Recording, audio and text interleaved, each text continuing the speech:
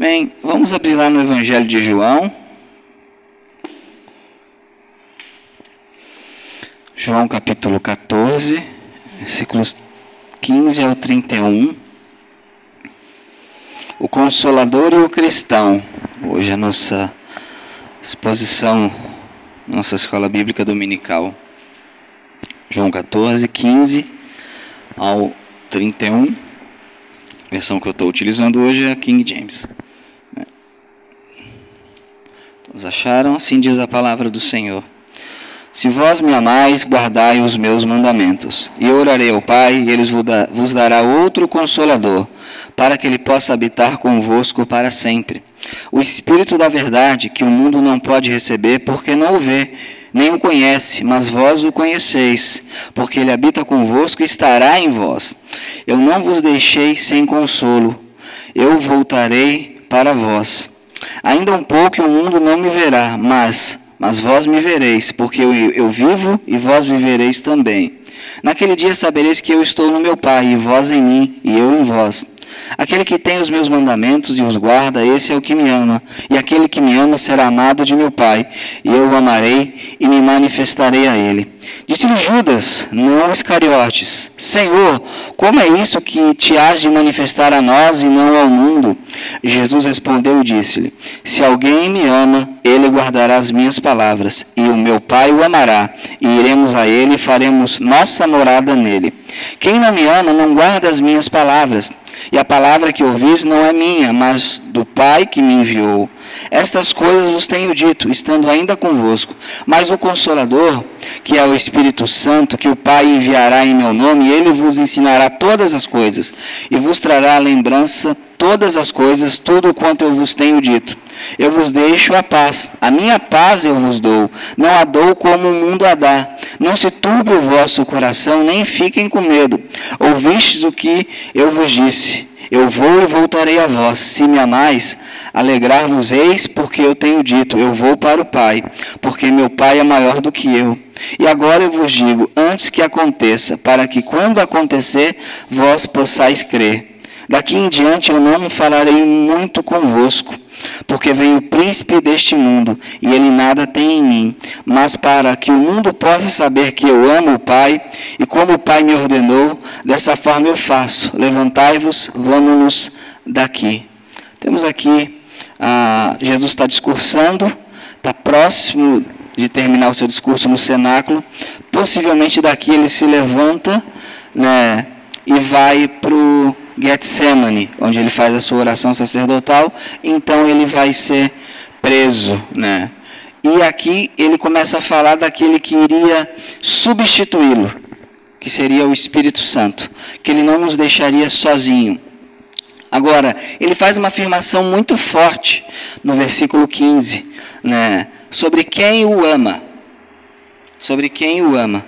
Porque o Espírito Santo, quando ele habita em alguém, ele vai dar uma evidência. Essa pessoa vai amar a Cristo. Só que temos uma coisa interessante. Todo mundo diz que ama Jesus. Todo mundo fala. Ninguém fala, eu odeio Jesus. Só um maluco, assim, alguém muito da pá virada, alguém muito contrário a tudo. Fala, eu não gosto de Jesus. Todo mundo diz que ama Jesus. Agora, o que o Senhor fala aqui no verso 15? Se vós me amais, guardai os meus mandamentos. Aqui está no presente voz ativa, é melhor do que guardareis, guardai. Se vocês me amam, vocês guardam. Se você diz que me ama, então faça o quê? Guarde os meus mandamentos. Ele não está dizendo que os mandamentos salvam, está dizendo o seguinte, que a evidência que você o ama é que você guarda os mandamentos dele. Ali no versículo 21 ao 24, o Senhor vai continuar a falar sobre isso.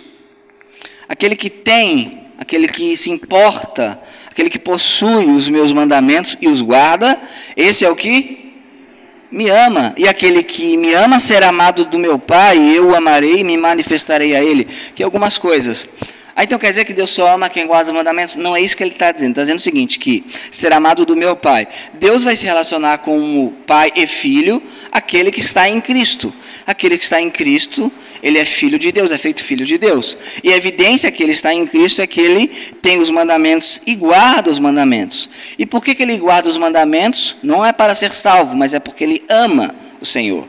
Por que eu obedeço a Cristo? Porque eu amo o meu Senhor. Por que eu vou na igreja a cada domingo? Porque eu amo o meu Senhor. Porque eu contribuo financeiramente? Porque eu amo o meu Senhor. Por que a gente faz serviço aqui na igreja? Porque eu amo o meu Senhor. Por que eu obedeço? Porque eu amo o meu Senhor. Né? Verso 23. Aqui é uma pergunta de Judas, não Iscariotes, Tadeu. Como é que o Senhor vai se manifestar a nós e não ao mundo? Aí Jesus responde no verso 23. Jesus respondeu e disse-lhe: se alguém me ama, ele guardará as minhas palavras, e meu Pai o amará, e iremos a ele e faremos nossa morada nele. Agora uma coisa interessante. Quem não me ama, não guarda as minhas palavras. E a palavra que ouvis não é minha, mas do Pai que me enviou. Estas coisas vos tenho dito, estando ainda convosco. Aqui ele faz um contraste, dois tipos de pessoa, né? Aqui ele se manifesta, e eu vou falar de que tipo de maneira ele se manifesta. Ele se manifesta aquele que o ama e guarda as palavras. Agora, há um grupo de pessoas que não ama e não guarda as palavras do Senhor, que não se preocupa em obedecer o Senhor, que sempre dá desculpa para a obediência ao Senhor. Aqui não está dizendo que você não possa tropeçar. Você não deve, nós não devemos, mas isso acontecerá. Não está dizendo que você não vai errar, mas que você vai buscar ver uma vida onde as palavras dele sejam a verdade na sua vida. E de que maneira ele se manifestará a nós e não ao mundo? Habitando em nós. Ele fala aqui, né, que iremos a ele e faremos nossa morada nele. Então aqui, uma grande evidência que o Espírito Santo, o Consolador, está habitando em você, é que você obedece os mandamentos de Cristo. Né? Vamos abrir ali em 1 Tessalonicenses, capítulo 4, verso 2. Deixa eu abrir aqui, 1 Tessalonicenses 4, 2. E a gente vai verificar isso. Vou ler o verso 1 também. Além disso, vos rogamos, irmãos, e vos exortamos no Senhor Jesus, que assim como recebesse de nós, de maneira que convém andar e agradar a Deus, assim andai, para que continueis a progredir mais e mais, porque vós sabeis que os mandamentos vos temos dado pelo Senhor Jesus. Então, vocês sabem como devem andar para agradar a Deus, e vocês receberam de nós mandamentos, a lei de Cristo. Então, a gente observa aqui, então, que aquele que ama o Senhor, ele vai fazer o quê? Guardar os seus mandamentos. Agora, isso não é salvação por obras. Nós não guardamos os mandamentos para sermos salvos, mas nós, como evidência que fomos salvos, buscamos ver uma vida onde o Senhor seja glorificado na nossa vida. Né? E aqui ele usa um termo muito conhecido, né, para se referir ao Espírito Santo. O verso 16, e orarei ao Pai, e ele vos dará outro Consolador. Aqui algumas coisas. Algumas seitas vão dizer o seguinte: o Espírito Santo, o Consolador, ele é só uma força. Ele é uma energia. Não é uma pessoa. O que é uma pessoa? É um ser com consciência de si mesmo. Isso é um ser pessoal. Quando a gente usa a expressão pessoa na Bíblia, não estamos dizendo que ele tem nariz, orelha, não é isso. Pessoa é um ser pessoal, que tem emoções, tem vontade, tem intelecto. O Espírito Santo, a gente afirma que ele é uma pessoa. Por quê? O texto mostra isso. Aqui fala o seguinte: e ele vos dará o quê? Outro. Quem é o Consolador anterior ao Espírito Santo? É o próprio Senhor Jesus, que está com eles. Então, outro Consolador. Então, vai vir outro bombeiro, vai vir outro policial. Eu sou um policial, falo, vai vir outro policial. Estou dizendo o seguinte: ele é um ser pessoal e é um policial tanto quanto eu sou. A expressão aqui, outro, é alos. Né? Alos significa alguém da mesma estatura. Né? Não é heteróico, alguém diferente, maior ou menor. Alos é igual, mas não é eu. Então o Senhor está demonstrando o seguinte: ó, o Espírito Santo, o Consolador dele é um ser pessoal. Ele é outro. Então já derruba outra heresia. Aqueles que falam que Jesus é o Espírito Santo. Algumas seitas falam isso. Não pode ser porque, ó, eu rogarei eu, Jesus, o Filho, rogarei a quem? Ao Pai, e ele, o Pai, vos dará outro. Então, Pai, Filho, Espírito. Aqui é a Trindade em ação. Então, eles não são a mesma pessoa. São o mesmo Deus. Só que aqui tem uma expressão chamada Consolador. Algumas igrejas, seitas neopentecostais falam que você não vai sofrer. Que você não vai sofrer nessa vida, você vai dar tudo certo. O nome mais comum do Espírito Santo aqui qual é? Significa então que você vai o quê? Sofrer. Se o nome é Consolador, é porque você vai precisar ser o quê? Exatamente, ser consolado. E a expressão Consolador, ela aparece poucas vezes nas Escrituras. Aparece 1, 2, 3, 4, 5 vezes. E sempre dá a ideia, e só nos Evangelhos de João e na Carta de João, de alguém ao lado. Ou advogado, ou alguém que está ao lado para ajudar, para consolar, Paracletos, o Paráclito, aquele que está ao lado. Então, o Espírito Santo está ao nosso lado, nos ajudando na caminhada cristã, porque nós não conseguiríamos viver a caminhada cristã sem o auxílio do Consolador. Então, o Consolador aqui é tanto no sentido de consolar as nossas tribulações. Lembremos que ele vai daqui a pouco ir para o Getsemane, tanto também de nos ajudar em nossas fraquezas. Então, a ideia de Consolador é essa. Então, o Espírito Santo é um ser pessoal, ele é Deus, ele não é o Filho, não é o Pai, porém, ele está aqui para nos ajudar e nos consolar. Então, é isso que ele vai demonstrar aqui sobre o Espírito Santo. Tem mais algumas coisas sobre o Espírito Santo aqui. Quanto tempo o Consolador fica com o crente? Sempre, o verso 16, vocês estão bem, estão treinados. O verso 16 vai demonstrar isso. Eu orarei ao Pai, ele vos dará outro Consolador para que ele possa habitar convosco para... Então, a ideia é que um crente um dia pode perder a habitação do Espírito Santo, ela não condiz com a promessa do Senhor Jesus. O Consolador vai ficar com vocês para sempre. Porque se ele não habita mais em nós, é que nós falhamos demais. Então, ele falhou na sua missão de não permitir que isso aconteça. Ele nos mantém no caminho, ele nos santifica, ele nos ajuda em nossas fraquezas, ele intercede por nós com gemidos inexprimíveis, porque não sabemos orar como convém. Então, o Espírito Santo, ele fica conosco para sempre, Isso indica, então, uma segurança em nós. Vamos abrir ali em Efésios, capítulo 1.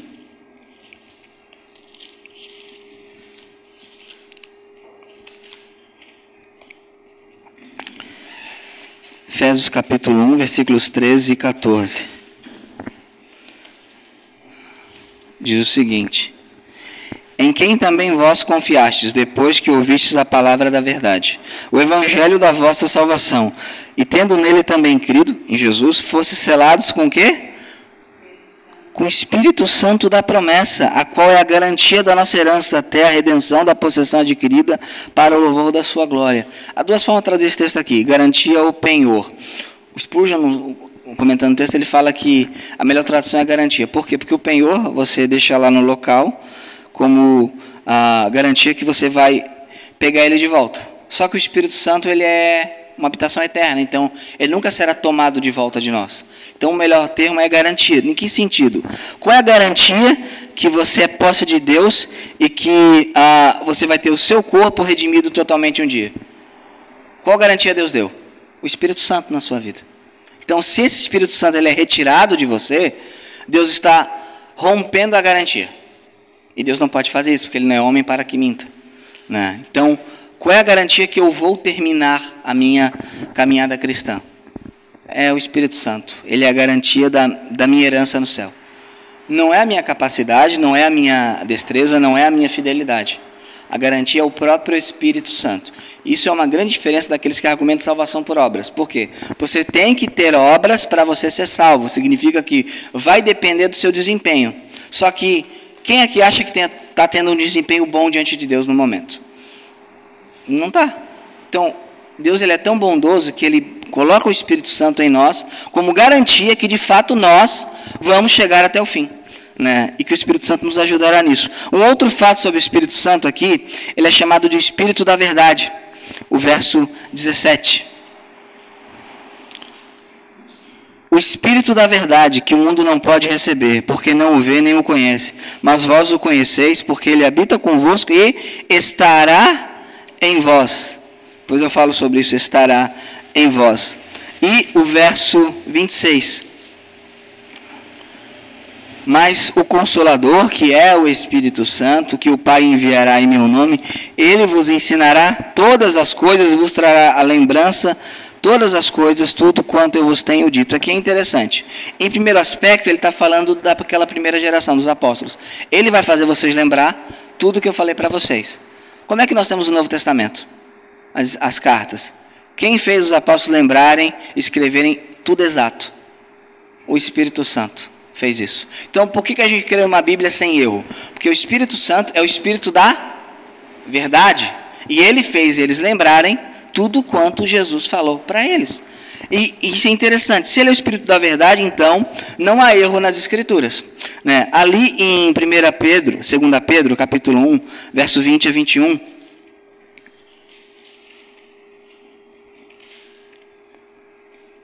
Segunda Pedro, capítulo 1, verso 20 a 21.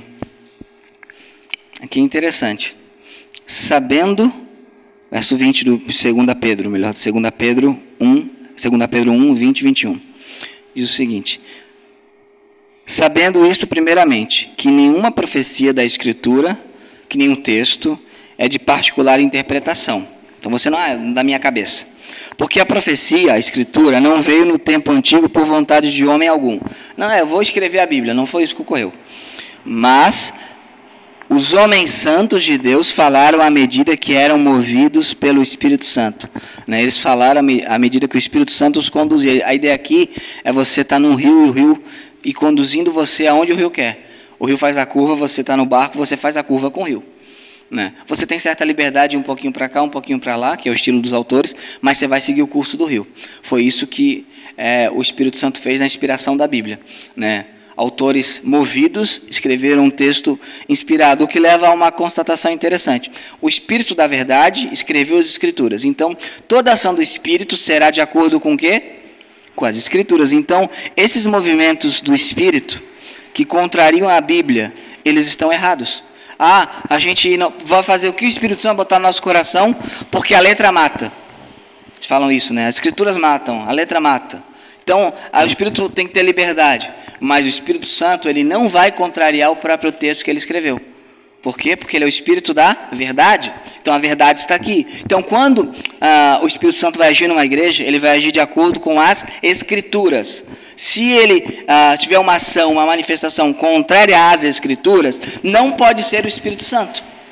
Porque ele é o Espírito Santo da verdade, não o Espírito do engodo, do erro, da confusão. Então, o Senhor nos demonstra aqui que o Espírito Santo é ele que vai guiar a igreja à verdade. Não é a igreja que diz o que o Espírito está dizendo, mas sim o Espírito Santo que mostra a verdade à igreja por meio do texto inspirado. É dessa maneira que nós chegamos à verdade. E aqui o Senhor tem uma frase, uma afirmação, no verso 17 de João, sobre o Espírito. O Espírito da verdade que o mundo não pode, porque não vê nem o conhece. Aqui é interessante. Nós pregamos o mesmo evangelho para duas pessoas. A mesma coisa, a mesma dedicação. Uma recebe e a outra não. Ambas pessoas têm capacidade de entender o evangelho. Por que isso ocorre? Por que isso ocorre? Porque a recepção do evangelho, da verdade, não é somente algo intelectual. Não é só entender, eu entendi perfeitamente o evangelho e faz sentido, então eu me torno crente. É uma ação do Espírito sobre o coração da pessoa. Não adianta método. Não adianta, você pode fazer o que você pode emocionar, você pode fazer o que você quiser. Se não houver um milagre no coração da pessoa, a pessoa não se renderá ao evangelho. É por isso que nós precisamos de fé e oração para pregar o evangelho, porque, em última instância, por mais que a gente se esforce para apresentar corretamente o evangelho, ainda assim será uma ação de Deus. Será uma ação de Deus. Aqui fala que o mundo, esse tema caído de coisas que as pessoas estão perdidas, não pode receber. Né? Vamos abrir ali em 2 Coríntios 2,14. 1 Coríntios 2,14, melhor dizendo.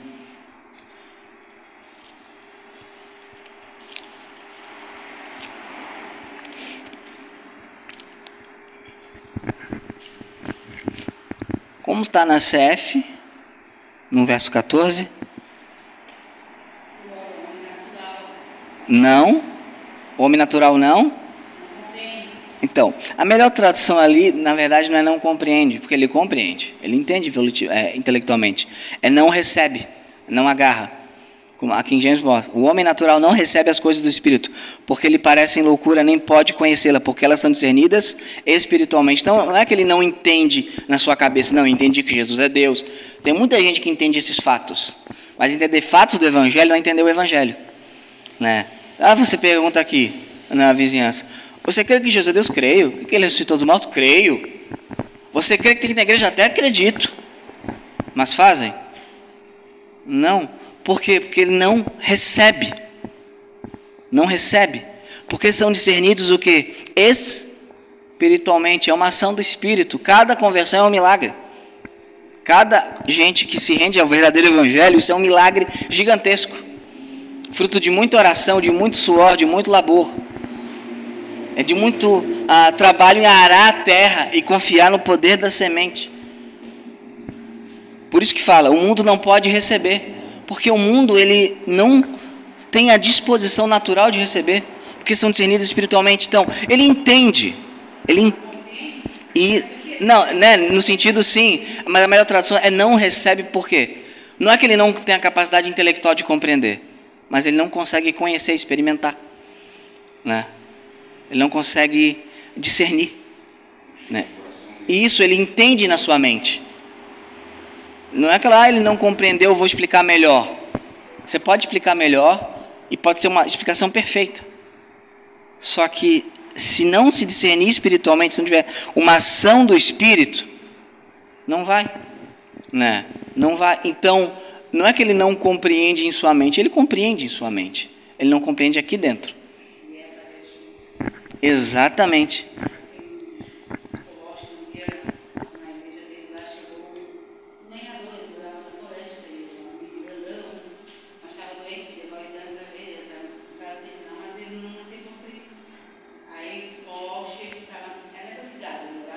Sim. Mas ele queria entender. Ele deu uma coisa mas ele não entendia. Já, mas pode continuar. É linda, mas pode continuar que é linda.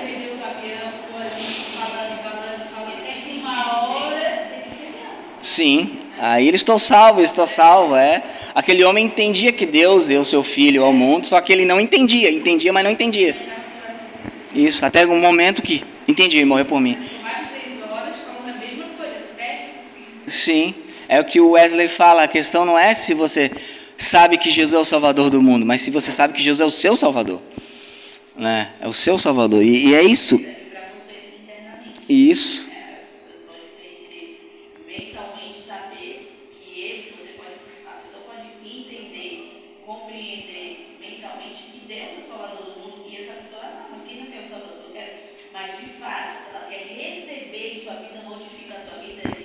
Sim, exatamente. Receber assim, entender assim, de querer isso para mim diariamente, entendeu? É. Para receber tem que viver, né? Sim. A pessoa não quer viver. Sim, exatamente. É um milagre da regeneração, essa ação do Espírito. Então, nós não precisamos fazer manipulações emocionais, porque estamos lidando com pessoas mortas em pecado. E manifestações, elas vão emocionar. Qualquer um se emociona. Com um filme, com um teatro, com uma música, com um jogo de futebol. Mas fazer com que a pessoa compreenda, discirna espiritualmente, nós não temos a capacidade. Só Deus pode fazer isso. Por isso que o mundo não pode receber. Só que agora ele vai tratar dos crentes, aqui em João. Né? Primeiro, há uma promessa de habitação plena em nós. Né? No verso 17, diz o seguinte: o Espírito da verdade que o mundo não pode receber, porque não vê, não o conhece. Mas vós o conheceis. O conheceis. Porque ele habita convosco e estará em vós. Aqui duas afirmações. Habita convosco, está com vocês, mas estará em vós. O que ocorria? Na antiga aliança, havia, obviamente, a ação do Espírito. Havia regeneração, os crentes eram regenerados, tinham o coração mudado, não tinha como eles obedecer a Deus sem regeneração. Só que a habitação do Espírito, ele era temporária em rei, profeta e sacerdote, em algumas pessoas, né, para determinada obra, por determinado tempo. As pessoas eram regeneradas, e aí é um mistério. Como é regenerado sem habitação plena do Espírito? Deus não explica em sua palavra como era possível, mas a gente vê nas Escrituras que o Espírito vinha, ele agia e por vezes ele saía. Mas a pessoa ali era crente no Senhor. Só que há uma promessa para os crentes da Nova Aliança. Vocês não vão ter só a habitação, a ação do Espírito com vocês. Vocês vão ter a habitação do Espírito em vocês. Por isso que aquele que João Batista, que é o maior homem nascido de mulher, é inferior ao menor do reino dos céus. Isto é, nós temos mais privilégios do que Moisés, do que João Batista, do que todo o povo do antigo pacto. Porque o Espírito Santo habitará em nós. Não apenas agindo em nós. Ele agia. Então, nós não somos como Saul, por exemplo, que perdeu o Espírito. Ou Davi orando com medo. Senhor, não retires o teu Espírito de mim. Que o Espírito de Saul foi retirado. O Espírito Santo de Saul foi retirado. E Davi ora, Davi adultera, Davi pratica um assassinato. Ele fala, não retires de mim o teu Espírito. Nós temos uma garantia. E por isso que ele fala, repete, o Espírito que vai ficar convosco para sempre. Ele vai estar em vocês. Então, imagina só. Você tem Deus habitando em você. Né? Não precisa aquela coisa oriental, ache o Deus que está, o Deus interior, não precisamos disso. O próprio Criador do Universo habita em nós por meio do seu Espírito. Isso é uma promessa plena. Né? Ali em 1 Coríntios 6,19, aí demonstrar algo interessante.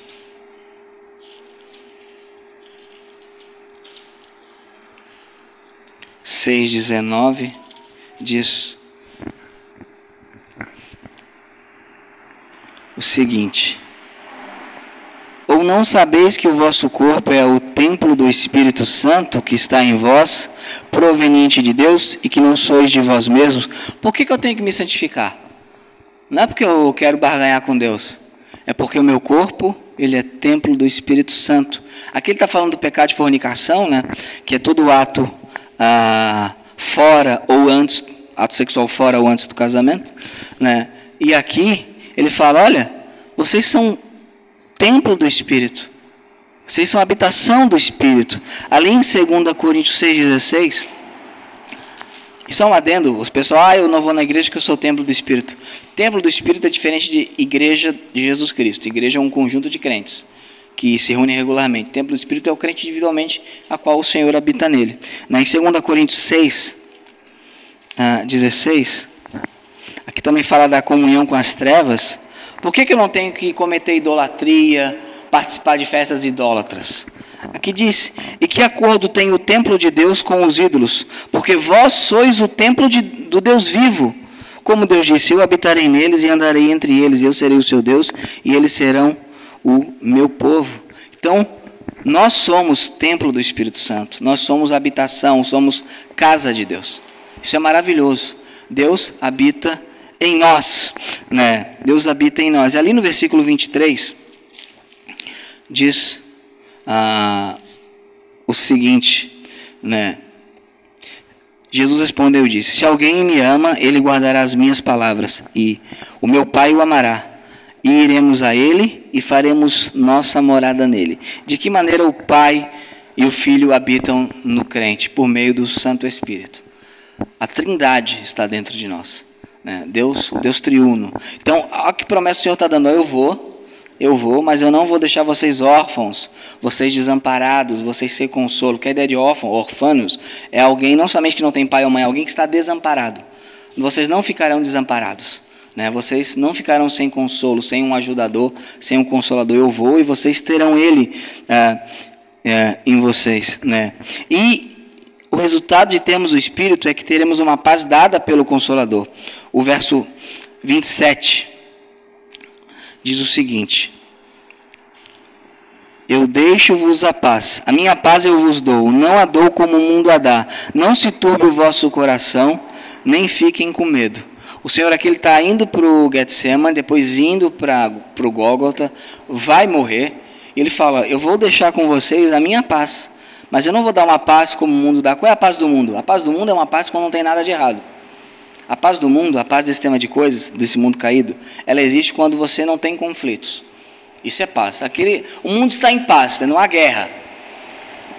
Isso é a paz do mundo. Só que nós sabemos que no mundo real, você vai ter dificuldades, problemas, perseguições, tribulações, tantas outras coisas. A paz de Cristo, ela independe do que ocorre externamente com você.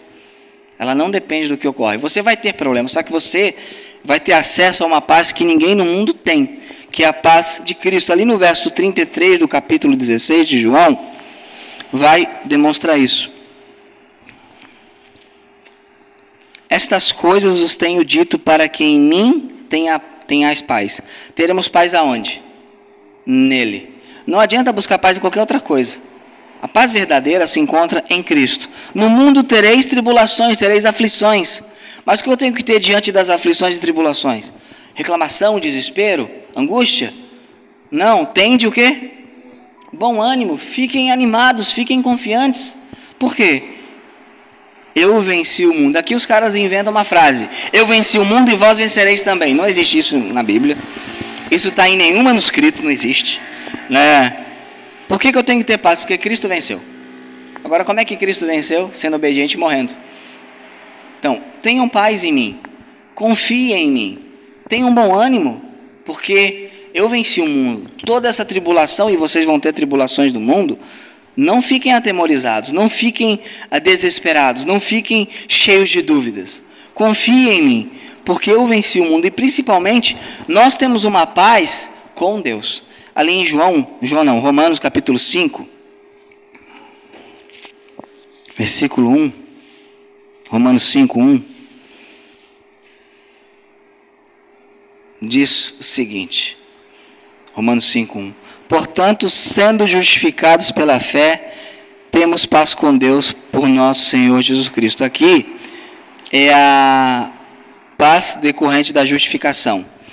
Deus estava sendo visto por nós como inimigos, né? Ali no verso 10 do capítulo 5 de Romanos diz o seguinte: porque se nós, sendo inimigos, fomos reconciliados com Deus pela morte de seu Filho, muito mais, tendo sido reconciliados, seremos salvos pela sua vida. Nós éramos o que de Deus? Inimigos. Agora fomos reconciliados, aproximados. Deus, em sua santidade, não podia estar em comunhão conosco, porque nós pecamos e quebramos a lei do Senhor. Éramos nós, de nossa parte, inimigos de Deus. Cristo vem, toma o nosso lugar, Ele recebe a nossa punição, para que nós possamos então nos achegar a Deus, somos então reconciliados. Então, neste momento, você que crê em Jesus, Deus não tem nada contra você. Incrível isso, né? Fomos justificados, declarados justos. Deus olha para nós e fala, justos, por quê? Porque Ele vê Cristo em nós.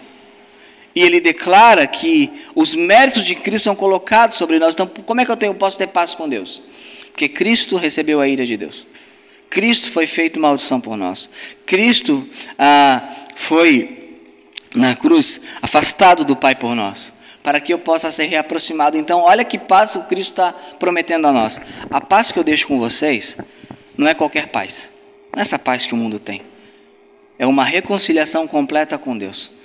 E como é que nós sabemos isso? Que o Espírito Santo demonstra com o nosso espírito que somos filhos de Deus, aceitos pelo Senhor, né?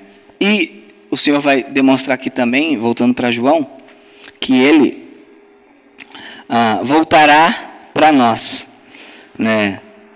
Ali no versículo 18 do capítulo 14, deixa eu botar aqui. Olha o que diz no verso 18. Eu não vos deixarei sem consolo, ou órfãos. Eu voltarei para vós. De que maneira? Em Atos capítulo 2, o Espírito Santo é dado plenamente à igreja. O Espírito Santo não é Cristo, mas ele é o Espírito de Cristo. Então, Cristo retorna para habitar na sua igreja, não fisicamente em glória, mas para habitar na sua igreja, por meio do Espírito. Por isso que ele pode falar o seguinte, e eu estarei convosco quantos dias? Até a consumação do século, todos os dias. Porque quando vem o Pentecoste, o Espírito Santo passa a habitar plenamente em toda a igreja, Cristo, Ele se faz presente por meio do Espírito. Então, o Espírito Santo é fundamental no ministério da igreja, porque Ele é que nos guia a verdade, Ele é que nos dá a paz interior, Ele é que nos faz frutificar, Ele é que nos faz guardar os mandamentos. É através dele que o Pai e o Filho se fazem presente em nós. Por isso, batistas, nós não acreditamos, por exemplo, que o Senhor Jesus está espiritualmente na água do batismo, na ceia, por quê? Porque Ele já está espiritualmente na igreja. Então Ele não está presente 2.0 na ceia. Na ceia Jesus está mais presente. Não, Ele está presente, mas não está 2.0, Ele está presente agora. Ele está presente quando nós oramos, quando nós nos reunimos, porque onde 2 ou 3 estiverem, ali eu estarei. Então Ele já está presente por causa da ação do Espírito Santo. E Ele nos capacita o Espírito para enfrentar as trevas. Verso 31 do capítulo 14. Eu vou ler o verso 30 também. Daqui em diante eu não falarei muito convosco. Por quê? Porque ele vai morrer, né? Que ele vai morrer. Porque vem o príncipe deste mundo, Satanás. Ele nada tem em mim, mas para que o mundo possa saber que eu amo o Pai, e como o Pai me ordenou, dessa forma eu faço. Levantemo-nos, vamos daqui. Ele está se levantando para o abatedouro, para o matadouro. O mundo vai saber agora que eu amo meu Pai, como o Pai me ordenou. Então ele vai cumprir aqui uma ordem dada pelo Pai. Qual é a ordem dada pelo Pai? Que ele morra. O que a gente chama de pacto da redenção. Ali em Hebreus capítulo 10. Hebreus capítulo 10. Versos 5 ao 9. Então, o Espírito Santo que está em Cristo e está atuando nos discípulos, ele nos capacita a enfrentar as trevas. Né? Hebreus 10, 5, 9. Aqui ele fala, vou fazer aquilo que o Pai me ordenou. Né? Eu vou ler o verso 4 também de Hebreus 10. Porque não é possível que o sangue de touros e bodes tire pecados. Pelo que, quando ele, Jesus, veio ao mundo, disse, sacrifício e oferta não quisesse, mas um corpo me preparaste. Em ofertas queimadas e sacrifícios pelo pecado, não tens prazer algum. Então eu disse, eis-me aqui. Na cabeça do rolo do livro está escrito sobre mim, para fazer a tua vontade, ó Deus. Acima, quando disse sacrifício e ofertas queimadas e ofertas pelo pecado não quisesse, nem neles tivesse prazer, os quais são oferecidos pela lei, então ele disse, eis-me aqui para fazer a tua vontade, ó Deus. Tira o primeiro para que possa estabelecer o segundo. Tira a primeira forma de sacrifício e estabelece a segunda forma de sacrifício. Qual é? O próprio corpo de Cristo. Então, quando ele fala, eu vou agora fazer a vontade do Pai, ele está dizendo o seguinte, eu vou cumprir o decreto que nós combinamos na eternidade de me entregar pelo meu povo. Então, ele faz isso porque o Espírito Santo está atuando e nos faz compreender isso. E como é que então nós enfrentamos as trevas, o príncipe desse mundo? Pelo mesmo Espírito que capacitou Jesus. É da maneira que a igreja enfrenta as trevas. Só vamos enfrentar as trevas porque o Espírito Santo capacita a igreja para assim fazê-lo. E é isso que o Senhor demonstra aqui. Ele está indo embora, ele vai morrer e ele começa a falar de quem? Do Espírito Santo, da ação do Espírito Santo. O Espírito Santo não existe para que a gente sinta um arrepio, para que a gente possa sentir uma coisa. Embora a ação do Espírito possa fazer a gente sentir coisas, e acontece, né? A ação do Espírito Santo é capacitadora à igreja no mundo onde Cristo não está presente fisicamente. É para isso que o Espírito Santo está aqui. Alguma dúvida? Não? Então vamos ficar em pé. Vamos orar ao Senhor, agradecer o Espírito de Cristo que está com os crentes, a nossa habitação, o nosso consolo, né? Aquilo que nos faz compreender o Evangelho. Você compreender o Evangelho não é porque você é mais inteligente do que outro, é porque houve uma ação do Espírito fazendo você compreender o Evangelho do Senhor.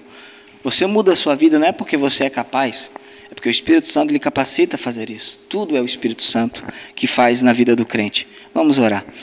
Senhor Deus e Pai, nós te louvamos pelo teu amor, pela tua graça, pela tua misericórdia, Senhor.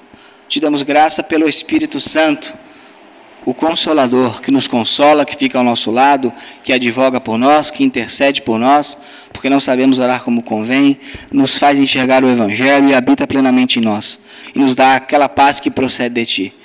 Deus nos ajuda, Senhor, a cada dia mais depender do Teu Santo Espírito, Pai, depender da tua graça, depender, Deus, da ação do Divino Consolador em nós, Senhor.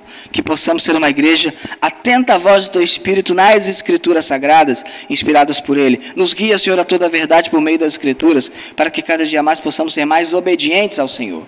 Deus, que o Senhor abençoe, Deus, a nossa manhã, o dia do Senhor, o dia de domingo e o culto logo mais à noite, Senhor. Que vidas sejam edificadas, que vidas sejam cheias do Teu Espírito Santo e que possamos sempre, Senhor, lutar e trabalhar para cumprir a Tua obra no poder do Espírito. Essa é a nossa oração, em nome de Jesus. Amém.